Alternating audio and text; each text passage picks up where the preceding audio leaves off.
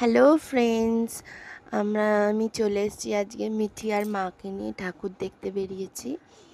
তো দেখো, ঠাকুর দেখতে বেরানো মানেই মিঠি একটু দোলনা চড়বে, একটু খেলনা কিনে দেবে, ব্যাস ওটাই ওর চাওয়া। দোলনা চড়বো, খেলনা কিনে দেবো আর আইসক্রিম খাবো, এই আবদারটা ওর থেকেই থাকে।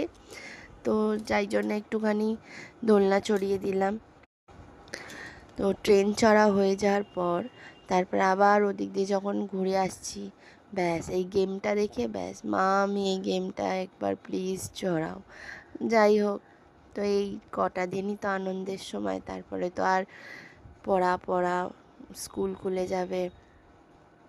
তো সেই জন্য আমি বললাম যাও তাহলে একটু খেলো, কিন্তু আস্তে আস্তে খেলবে। আর মেয়েটি এত দুরন্ত না, এত দুষ্টু, মানে ওর পা স্থির থাকে না, সব সময় দৌড়াতে থাকে, লাফাতে থাকে, আর হাঁটেও চুপ করে না, লাফাতে লাফাতে হাঁটে। তো যাই হোক, তো এই যে দেখছেন ইনি হচ্ছেন আমার এক নন্দাই। তো উনি দেখা হয়ে গেছিলো আমাদের সাথে পুজোয়, একটু কথা বললাম। তো মিঠি গিয়ে শিখিয়ে দিচ্ছিল যে স্লিপে কি করে করতে হয়। তো যাই হোক, এই দেখো একে দেখো, সব বাচ্চা এক, আর ওকে দেখো বল নিয়ে কি কাণ্ড শুরু করেছে। আমি বলছি করিস না, সে কে কার কথা শোনে। তো তোমরা কেমন পুজো কাটাচ্ছ বলো, কত ঠাকুর দেখতে যাচ্ছ অবশ্যই কমেন্ট করো। এই দেখো আমার মা, আমরা সবাই একটু ফটো তুলে নিলাম।